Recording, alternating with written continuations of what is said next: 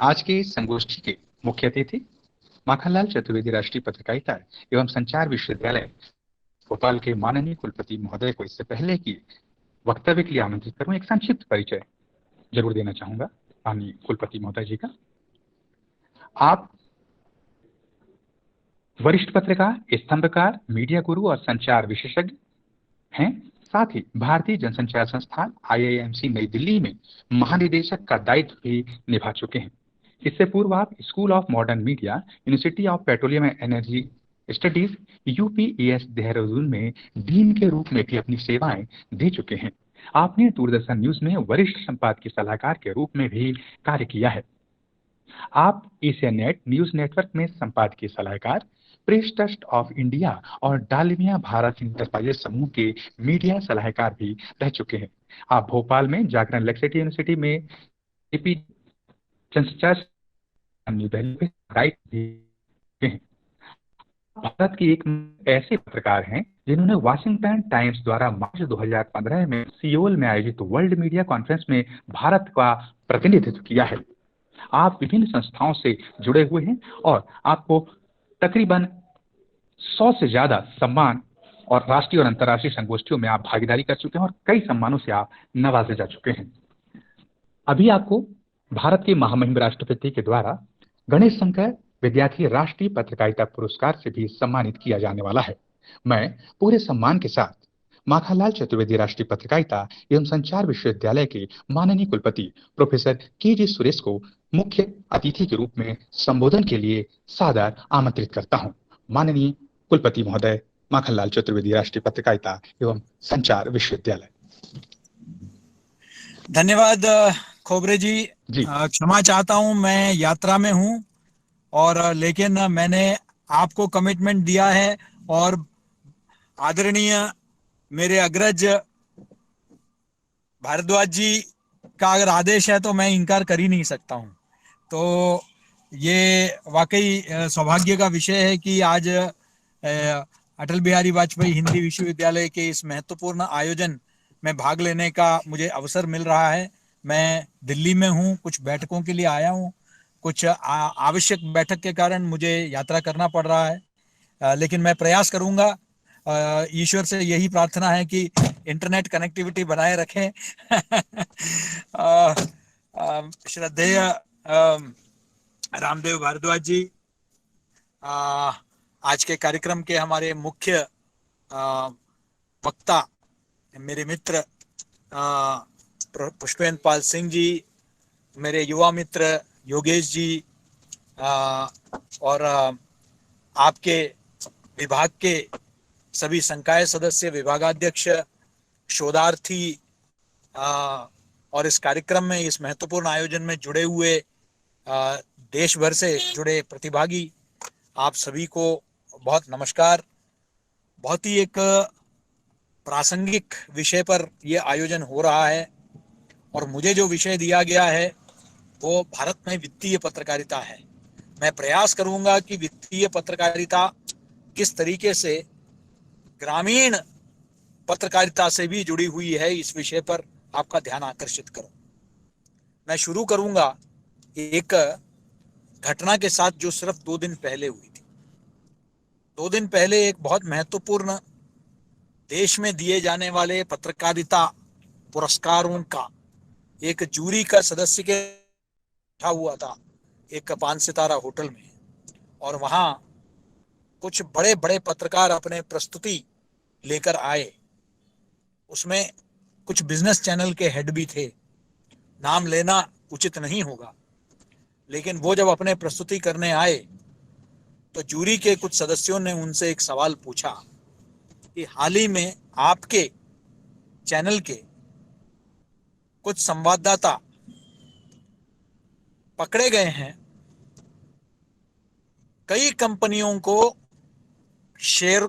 उनके शेयर के बारे में गलत सूचना देकर, भ्रामक सूचनाएं देकर आपने खरीदवाए हैं, और उसके एवज में आपको, जिसको अंग्रेजी में कहते हैं स्वेट इक्विटी, आपको कंपनी का एक शेयर होल्डर बनाया जाता है, उसके शेयर आपको प्रदान किए जाते हैं। और ये आपने किया है, और ये जो दर्शक वर्ग है उनके साथ एक सीधा सीधा धोखाधड़ी का मामला है। तो ऐसे में आपके चैनल को पुरस्कृत करना उचित होगा या नहीं, ये सवाल उठाया गया था। खैर, उसके जवाब में तो उन्होंने कहा कि किसी एक व्यक्ति के दुष्कर्म के लिए आप पूरे संस्था को आप आरोपित ठहराओ, ये उचित नहीं है।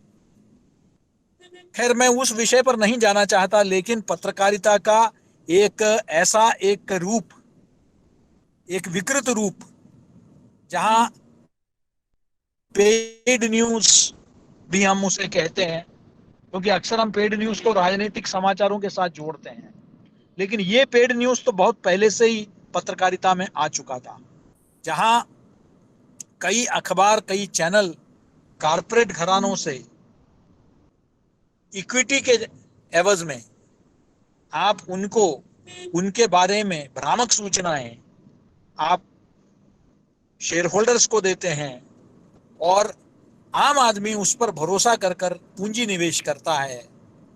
इस तरह की बहुत सारे घटनाएं पहले भी सामने आ चुकी है। और इससे अगला एक और घटना जो हम सब जिससे परिचित है, वो था राडिया टेप्स, नीरा राडिया का टेप्स, जिसको लेकर हमने देखा कि किस तरीके से बड़े कॉरपोरेट घरानों के जो लोग हैं वो कुछ जाने माने पत्रकारों के माध्यम से अपने पसंद के मंत्रियों को तक नियुक्त करने का प्रयास कर रहे थे, और उस अनुरूप संपादकीय लिखा जा रहा था, कार्यक्रम तैयार किए जा रहे थे। और ये हमने पिछले यूपीए रेजिम में हमने देखा किस तरीके से इस तरह के प्रकरण भी नीरा राडिया टेप से के सामने आए। पत्रकारिता में इसको लिफाफा पत्रकारिता शुरू शुरू में कहा जाता था, जहां यहां तक आरोप लगाया गया कि मुंबई में कुछ वित्तीय पत्रकारों ने ये प्रस्ताव पारित किया कि वो, आज से कम कई दशक पहले की बात है ये, कि इतने पैसे से कम का वाउचर तो हम लेंगे ही नहीं, गिफ्ट वाउचर। तो पत्रकार, ये वित्तीय पत्रकारिता है क्या? 1991 तक अक्सर क्या वित्त मंत्रालय में हो रहा है, और तब तक तो आपको याद भी होगा कि बहुत सारा हमारा जो है सार्वजनिक क्षेत्र के कंपनियां, पब्लिक सेक्टर अंडरटेकिंग्स, पीएसयूज जिसको कहते हैं, वही ज्यादा एक तरह से उनका आधिपत्य था। बड़े कंपनियां निजी क्षेत्र में भी थी, टाटा थे, बिरला थे, लेकिन उनके जो काम करने का जो है दायरा सीमित क्षेत्र में था। स्ट्रेटेजिक क्षेत्रों में, यहां तक कि ब्रेड बनाने का काम भी मॉडर्न ब्रेड बनाता था। हमारा एक सोशलिस्ट इकोनॉमी जो सोवियत संघ से प्रेरित होकर हमारे संविधान में सोशलिज्म शब्द का डालकर, उस अवधारणा से चलते हुए हमने बैंकों का राष्ट्रीयकरण किया, और हमने जो है एक ऐसा, हम सरकारें बसें चलाती थी, हवाई जहाज चलाते थे, यहां तक गाड़ी भी सरकार ही बनाती थी, ये स्थिति आई थी। तो वहां से हमने 1991 में तत्कालीन प्रधानमंत्री नरसिम्हा राव और तत्कालीन वित्त मंत्री डॉक्टर मनमोहन सिंह के नेतृत्व में एक उदारीकरण का एक नया एक माहौल आया, जिसको एलपीजी भी कहते हैं, लिबरलाइजेशन, प्राइवेटाइजेशन, ग्लोबलाइजेशन। ये उदारीकरण की नीति आई। उसके बाद से वित्तीय पत्रकारिता में भी बहुत भारी बदलाव आया। देश में कई ऐसे अखबार निकलने लग गए जिसको हम पिंक पेपर्स कहने लग गए। रंग में भी, उनका रंग में भी पिंक रंग के थे ये। बाकी मुख्य धारा के अखबार तो अपना उनका बिजनेस पेज तो हुआ करता था, लेकिन इनका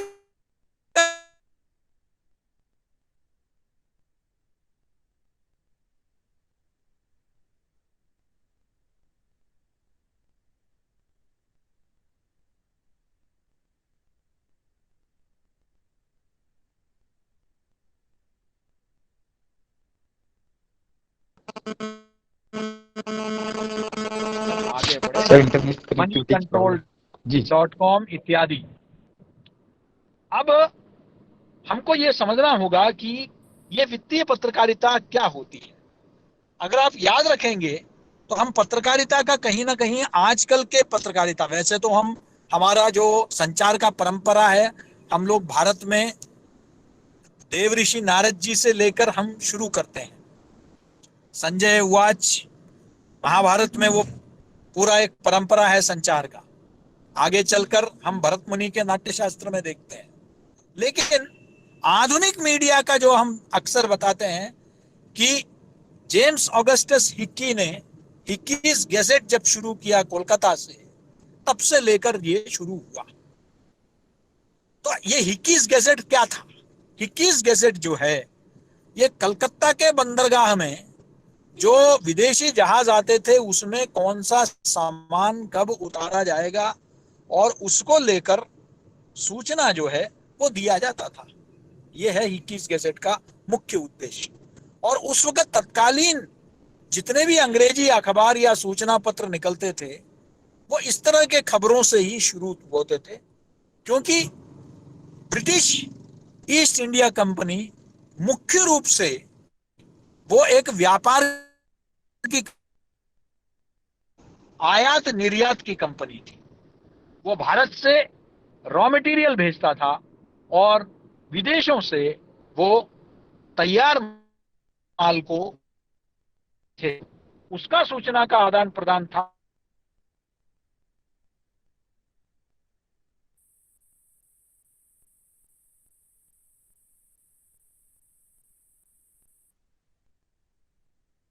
है फाइनेंशियल पॉलिसी है। अब इसमें आपको एक बदलाव नजर आता है। जो प्लानिंग कमीशन, योजना आयोग, ये भी हमारा सोवियत ईरा का जो एक आप उसे कह सकते हैं कि प्रभाव है। इंडिया इंटरनेशनल सेंटर, नहीं आगे आईआईसी जी, मैं यही बताना चाह रहा हूं कि ये जो एक बहुत बड़ा बदलाव आया, उस सोच में बदलाव आया। योजना आयोग, योजना आयोग एक सोशलिस्ट इकोनॉमी, जहां हम पीएसयूज पर निर्भर थे, सार्वजनिक कंपनियों पर निर्भर थे, उस सोच से बदलकर उदारीकरण के पश्चात हम प्राइवेटाइजेशन की तरफ बढ़े, प्रोडक्ट्स मार्केट में आए, बहुराष्ट्रीय कंपनियां मार्केट में आई। हमें दो बातों का और ख्याल रखने की आवश्यकता है। भारत में एक सोच, एक समाजवादी अर्थव्यवस्था के चलते पूंजीवाद के खिलाफ रहा है। तो उस वक्त की जो मीडिया थी वो हमेशा पूंजी को और पूंजीपति को खलनायक के रूप में देखा करती थी। सभी घोटालों के लिए उन्हीं को जिम्मेदार रहती। निजी क्षेत्र के आना मतलब मुनाफाखोरी है। ये एक सोच के साथ ही तब तक का सोच यही था। उसमें बदलाव आया जब ये उदारीकरण का नीति आने के बाद सरकार की तरफ से भी निजी कंपनियों को अपनी ओर आकर्षित करने का, भारत में बहुराष्ट्रीय कंपनियों को निवेश के लिए आकर्षित करने का, निवेश का एक बहुत बड़ा केंद्र बनाने की ओर दिशा में भारत के सरकारें एक के बाद एक योजनाएं लाते रहे। और इसके चलते मीडिया में भी वो प्रतिबिंबित होने लगा यह बदलता हुआ रुख, जहां उद्योगपतियों को आप एक ग्लैमरस रोल में देखने लगे। उनके सफलताओं को हम लोग सफलता की कहानी के रूप में रोल मॉडल की तरह प्रस्तुत हो, जीवन शैली को। लेकिन इस बीच में हम देखते हैं कि हर्षद मेहता से लेकर विजय माल्या तक और चंदा कोचर, ऐसे कई कंपनियां, एक तरफ ये सब एक जमाने में सेलिब्रेट किए जाते थे, सेलिब्रिटीज बन गए थे।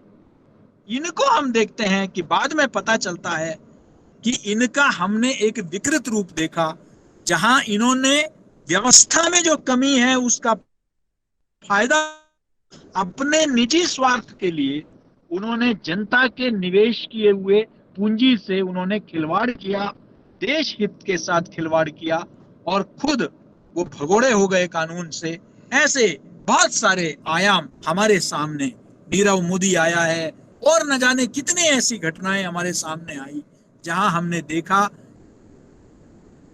कि पूंजीपतियों को, मुझे आज भी याद है विजय माल्या को the king of good times और न जाने क्या क्या लाइफस्टाइल, उनके यॉट में जाना, उनका जो है किंगफिशर कैलेंडर और उनका जीवन शैली, उनको जो है सेलिब्रेट किया जाता था। तो बाद में ये पता चला कि ये सब उस आड़ में अपनी एक छवि बनाकर उन्होंने कई सरकारी बैंकों को हजारों करोड़ों रुपए का चूना लगा के वो निकल गए। कहीं ना कहीं मीडिया, मैं ये कहूंगा कि मीडिया का जो इन पर एक विश्वास जगा था, मीडिया ने इनको एक ग्लैमर रोल में लिया था, वहां कहीं ना कहीं एक त्रुटि रही है, जिसके चलते इन पर पब्लिक का एक विश्वास हुआ। इन पर जिस तरीके से मीडिया को एक पारखी की नजर रखने की आवश्यकता थी, एक पैनी नजर रखने की आवश्यकता है, जिस तरह मीडिया राजनीतिज्ञों पर रखती है, तो शायद इस तरह की घटनाएं को अंजाम देने में इनको दिक्कत होती। लेकिन हमने उदारीकरण के चलते हमारी मीडिया में इन सबको हमने एक उदाहरण के तौर पर प्रस्तुत किया, जिसके चलते वो जो सतर्कता, सजगता मीडिया को जनता के बीच में, क्योंकि जनता भी बाजार में पहली बार नहीं उतरी थी, अपने बहुत मशक्कत से कमाए हुए पैसे को निवेश कर रही थी, तो मीडिया प्रेरित तो कर रही थी कि आप पैसा डालिए बाजार में। लेकिन न जाने ऐसे कितने चिट फंड स्कैम हुए, ऐसे आपने देखा, नारद, शारदा, आप मतलब नाम लीजिए, बंगाल में हो, उड़ीसा में हो, आप उत्तर भारत में सहारा, ऐसे न जाने कितने चिट फंड स्कैम हुए, कितने, और उसमें कोई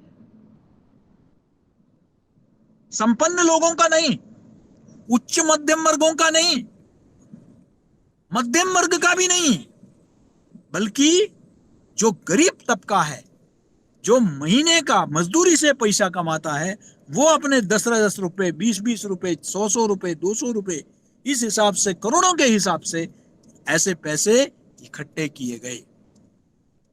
और उसका नतीजा हुआ कि उनको बहुत बड़ा नुकसान हुआ, जिस पर हमने कभी भी अपने नागरिकों को शिक्षित नहीं किया। मीडिया का काम मात्र सूचित करना नहीं है, मीडिया का काम जनता को शिक्षित करना भी उतना ही महत्वपूर्ण है। हम सिर्फ प्रोडक्ट, हम सिर्फ सर्विसेज, हम सिर्फ प्रेस कॉन्फ्रेंसेस या पॉलिसी को कवर करने के लिए नहीं, बल्कि एक लोकतंत्र में हमारी क्या भूमिका है, आर्थिक पत्रकारिता की क्या भूमिका है, इसको समझना भी बहुत आवश्यक है।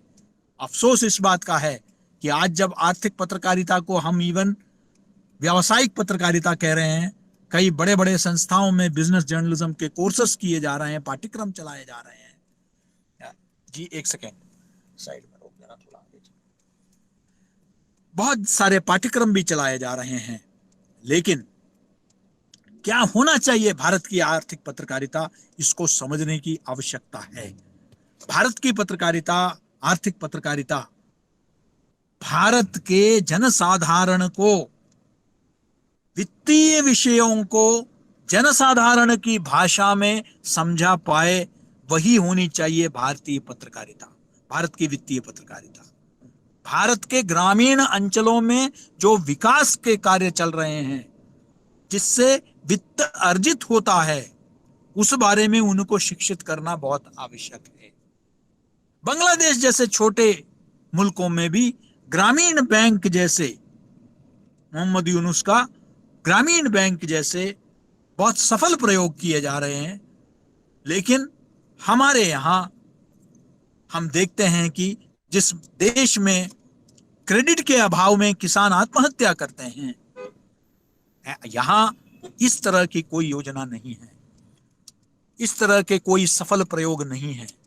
क्या आवश्यक नहीं है कि हम वित्तीय पत्रकारिता के माध्यम से अपने शिक्षकों को, अपने जो निवेशकों को, अपने जनसाधारण को हम शिक्षित करें? मसलन जनधन योजना, ये भारत सरकार की बहुत महत्वपूर्ण योजना है। ये जनधन योजना में क्यों, क्या सफल होना चाहिए, कई लोगों को दिक्कत क्यों आ रही है, बैंक खाता क्यों खुलना चाहिए? आज जनधन योजना के चलते जब बहुत बड़े तादाद में जब पलायन हुआ कोविड के पश्चात, तो जनता को सीधे सीधे डीबीटी या डायरेक्ट बेनिफिट ट्रांसफर हुआ, जिसका फायदा मिला लाखों करोड़ों लोगों को, क्योंकि उनके अपने खाते थे।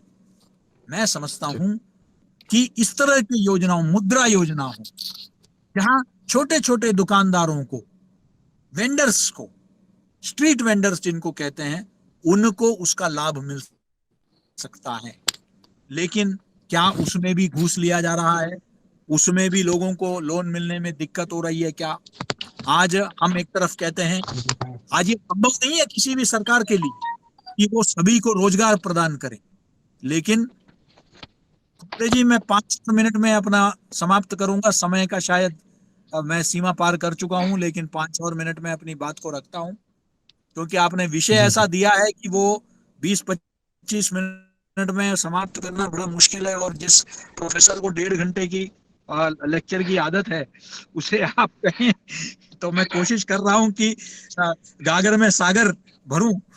मैं इतना ही कहूंगा कि तो इन योजनाओं में startup India, stand up India, इस तरह के बहुत सारे योजनाएं आज जो युवा उद्यमियों को या उद्यमिता को बढ़ाने की ओर की दिशा में जो है कार्य कर रही है, क्या इनके बारे में हम क्या अखबारों में पढ़ने को मिलता है क्या? या हम सिर्फ स्टॉक मार्केट के बारे में बताते हैं? आज पत्रकारिता में डेटा माइनिंग, जो बड़े बड़े reports PAC, public accounts committee का, सीएजी का, कंट्रोलर एंड ऑडिटर जनरल का, बजट के जो पेपर्स हैं, इन सब को जनसाधारण की भाषा में, इन आंकड़ों को सरलीकृत करके जनसाधारण की भाषा में, वो जो इकोनॉमिक वोकेबुलरी से हटाकर, ये है क्या? मैं अक्सर एक उदाहरण देता हूं, फिनेंस में एक शब्द का प्रयोग होता है एसयूवी, एसपीवी। अब ये एसपीवी क्या है? एसपीवी का मतलब है स्पेशल पर्पस व्हीकल। अब स्पेशल पर्पस व्हीकल कोई स्पोर्ट्स यूटिलिटी व्हीकल नहीं है, एसयूवी नहीं है। स्पेशल पर्पस व्हीकल एक मैकेनिज्म होता है, किसी प्रोजेक्ट को फास्ट ट्रैक करने का एक फाइनेंशियल मैकेनिज्म होता है, जिसके तहत उसको फास्ट ट्रैक किया जाता है। लेकिन हम उसको क्या समझा पाते हैं क्या जनसाधारण की भाषा में कि भाई ये एसपीवी है क्या? वो हम नहीं करते हैं। तो जनसाधारण की भाषा में, कॉमन मैन के, जिसे कहते हैं जार्गन से हटके, हम जनसाधारण की शब्दावली, तकनीकी शब्दों में न उलझ कर उनको जनसाधारण की भाषा में हम उसको व्याख्यान कर सकते हैं क्या? ये बहुत बड़ी चुनौती है। और हम डेटा के माध्यम से, आज डेटा जर्नलिज्म बहुत प्रभावी ढंग से कार्य कर रहा है। आज कई लोग काम कर रहे हैं डेटा में, डेटा को लेकर हम जनसाधारण के बीच में जा सकते हैं। आज ग्राफिक्स के माध्यम से, चित्रों के माध्यम से, स्टोरी टेलिंग के माध्यम से हम बेहतरीन उदाहरण हम पेश कर सकते हैं। आज का मीडिया का भविष्य भारतीय भाषाओं में है। आज का जनसाधारण ग्रामीण क्षेत्र में भी आज निवेश कर रहा है। आज वो गाड़ियों में निवेश कर रहा है, लाइफस्टाइल में निवेश कर रहा है। छोटे छोटे कस्बों और शहरों में भी आप जाएंगे तो बड़े बड़े मॉल दिखाई देते हैं, वहां लगभग सभी राष्ट्रीय अंतरराष्ट्रीय ब्रांड दिखाई देते हैं। यानी कि कंज्यूमर जो है, उपभोक्ता जो है, उसका पेइंग कैपेसिटी बढ़ चुकी है देश में। इसके चलते उसको एक सजग और जागरूक ग्राहक बनाना भी, ये भी हमारा दायित्व में आता है। एक वित्तीय पत्रकार के दायित्व में आता है कि हम ग्राहक को जागरूक करें। हम उसमें जब इस तरह के अपवाद, जिस तरह के घटनाओं का मैं जिक्र कर रहा था कि जहां आपकी मिली भगत हो जाए और आप गुमराह करें दर्शकों को, पाठकों को, श्रोताओं को, तो उससे दुर्भाग्यपूर्ण कुछ नहीं हो सकता। वित्तीय पत्रकारिता में आगे चलकर भारतीय भाषाओं में बहुत बहुत ज्यादा गुंजाइश है और मुझे विश्वास है कि एक युवा पीढ़ी वित्तीय पत्रकारिता में रुचि लेगी।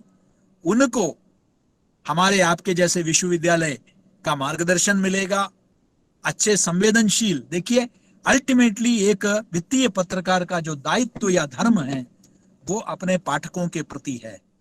जिस दिन उसका रुख, उसका रुझान, उसकी वफादारी कंपनी और कॉरपोरेट की ओर हो जाएगा, उस दिन मैं समझता हूं कि वो वित्तीय पत्रकारिता के लिए बहुत ही एक दुखद दिवस होगा। उस दिन उसका सार्थकता खत्म हो जाएगी। मैं चाहूंगा कि वित्तीय पत्रकार सिर्फ सरकारी योजनाओं हो या कई कॉरपोरेट की जो कमियां हैं उसको भी ढूंढकर, उसको भी उजागर करें, उनके द्वारा किए गए जो गलतियां हैं उसको भी उजागर करें। और यही नहीं कि सिर्फ सरकार को ही अपने टारगेट बनाएं, बल्कि निजी कंपनियां द्वारा किए गए गलतियां भी, उनके द्वारा पब्लिक के जमीन के साथ, पब्लिक के प्रॉपर्टी के साथ जहां दुरुपयोग हो रहा है, कई लोग केमिकल छोड़ देते हैं नदियों में, समुद्र में, उसको प्रदूषित कर देते हैं, वायु को प्रदूषित करते हैं। इन सब विषयों पर भी लिखने की आवश्यकता है। कंपनियों के इतिहास के, बहुराष्ट्रीय कंपनियों के इतिहास के बारे में अच्छा काम किया है तो उसको भी सराहना करें, लेकिन उनके नकारात्मक जो रुझान है उसको भी जो है उस पर भी चर्चा होना बहुत आवश्यक है। मुझे पूरा विश्वास है कि इस तरह की योजनाओं से, इस तरह के आयोजनों से हम इस दिशा में और जागरूकता पैदा कर पाएंगे। मैं पुनः अटल बिहारी वाजपेयी हिंदी विश्वविद्यालय और उसमें हमारे मार्गदर्शन देने वाले हमारे अग्रज प्रोफेसर रामदेव भारद्वाज जी, हमारे युवा मित्र खोबरे जी और आप सभी जो संकाय सदस्य इस कार्यक्रम से जुड़े हुए हैं, आप सभी को पुनः मैं धन्यवाद देता हूं कि इतना महत्वपूर्ण आयोजन में मुझे भी शामिल किया और बहुत धैर्य के साथ आपने मुझे सुना। बहुत बहुत धन्यवाद सर आपका, बहुत ही बहुत धन्यवाद। इतने व्यस्ततम समय में से आपने समय निकाला और आप दिल्ली में हैं और गाड़ी में हैं और उसके बावजूद आपने हमारे इस संगोष्ठी में अपना वक्तव्य दिया, शामिल हुए, उपस्थित हुए। सर आपका हृदय से आभार अटल बिहारी वाजपेयी हिंदी विश्वविद्यालय की ओर से। बहुत बहुत धन्यवाद सर आपका। Thank you so much.